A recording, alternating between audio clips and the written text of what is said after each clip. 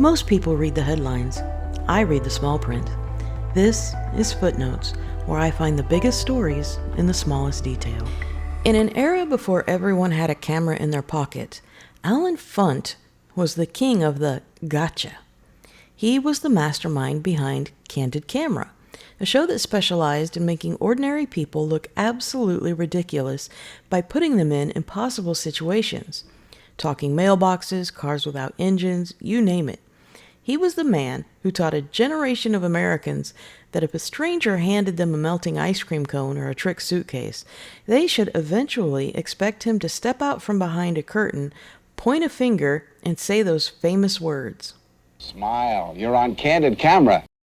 But on one sunny afternoon in 1969, the joke was on him. It was a routine Eastern Airlines flight from Newark to Miami.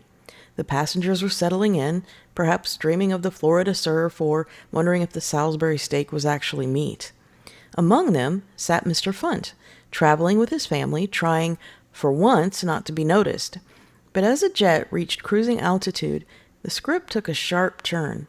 A young man stood up, brandishing a knife, and made a demand that definitely wasn't in the flight plan. He wanted to go to Havana. Now, normally a hijacking triggers sheer terror, but as the assailant marched down the aisle, a passenger looked over and saw the famous face in seat 4B and nudged his neighbor. "Look," he whispered, "it's him. It's a setup."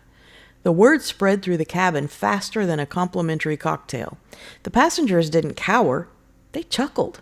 They nudged each other and pointed at the back of the plane, looking for hidden microphones. When the hijacker waved his blade and looked frantic, the passengers didn't pray. They applauded. One woman actually leaned into the aisle and asked the hijacker if he'd mind waiting a moment so she could get Allen's autograph. Poor Allen Funt, he stood up, he pleaded. "This is real," he shouted. "I'm not filming anything. There are no cameras." But the more he protested, the more the passengers roared. "Oh, he's good," they said, wiping tears of laughter from their eyes.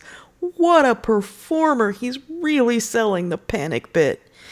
Even as a plane touched down on the sweltering tarmac in Cuba, and they were surrounded by soldiers with submachine guns, the passengers remained convinced they'd be seeing themselves on national television next Tuesday night. They walked off the plane smiling and waving at the hidden cameras they were sure were tucked into the palm trees. It wasn't until they were marched into a terminal under heavy armed guard and the director never yelled "cut" that the smiles finally faded.